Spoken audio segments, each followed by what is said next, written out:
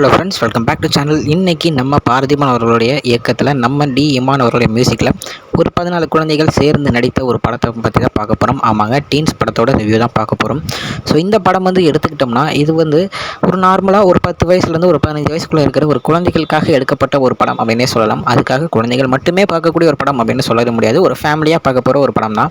ஏன்னா இந்த படத்தில் இருக்கிற கதை அந்த 15 வயசுக்குள்ளே இருக்கிற பசங்க என்னென்ன வீட்டில் பண்ணுறாங்க, இந்த மாதிரி பேரண்ட்ஸ் எது சொன்னாலும் பரவாயில்ல, பேரண்ட்ஸ் எப்படி சொல்லுறாங்க அப்படின்னு எடுத்துக்காமல் இவங்க எப்போ பார்த்தாலும் இப்படி தான் சொல்கிறாங்க, சார் நம்மளால் ஃப்ரீடமாக இருக்க முடியல அப்படின்னு யோசிக்கிற அந்த தாட் உள்ள பசங்களுக்கு ஏற்ற மாதிரியான ஒரு படமாக இருக்கும். அந்த மாதிரி தான் எடுத்திருக்காரு நம்ம பார்த்திபன்.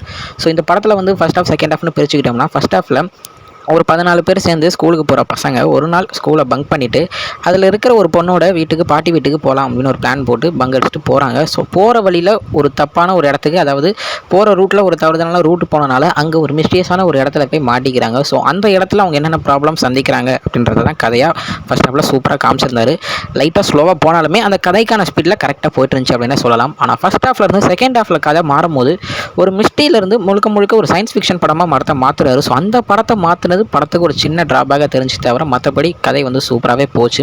ஸோ செகண்ட் ஹாஃபில் அதே மாதிரி அவரும் நம்ம பார்த்திபன் அவர்களும் ஒரு சின்ன என்ட்ரி கொடுத்துருப்பாரு. அவரும் கரெக்டான ஒரு ரோலாக சூப்பராக பண்ணியிருந்தாரு. ஆனால் அது மட்டும் இல்லாமல் பசங்களுக்கு நிறைய கதைகளை நிறைய சூப்பராக ரிட்டன் பண்ணியிருந்தாலுமே அதில் வர சின்ன கேரக்டர்ஸாக இருக்க நம்ம யோகி பாபு கேரக்டராக இருக்கட்டும், இன்னும் ஒரு 2-3 கேரக்டர்ஸ் படத்தில் இருக்காங்க. ஸோ அந்த 2-3 கேரக்டர்ஸ்க்கு கேரக்டரைசேஷனை இன்னும் கொஞ்சம் அதிகமாக பண்ணியிருக்கலாம் அப்படின்ற ஒரு தாட் மட்டும் வந்துச்சு.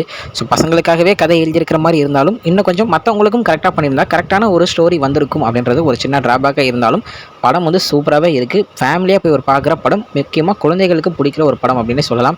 ஸோ பார்த்திபன் அவர் சொன்ன மாதிரியே செமையான ஒரு படத்தை சூப்பராக கொடுத்துருக்காரு. ஸோ நல்லா தேட்டரில் போயிட்டுருக்கு. ஸோ எல்லோரும் தேட்டரில் போய் பாருங்கள். பார்த்துட்டு எப்படி இருக்குது அப்படின்றத மறக்காமல் கமெண்ட்டில் சொல்லுங்கள். ஓகே ஃப்ரெண்ட்ஸ், இதுதான் இன்னைக்குள்ள ரிவ்யூ. இன்னொரு வீடியோவில் உங்களை பார்க்குறேன். அது வரைக்கும் உங்கள்கிட்ட நடைபெறுவது உங்கள் ஜஸ்வின். Bye friends.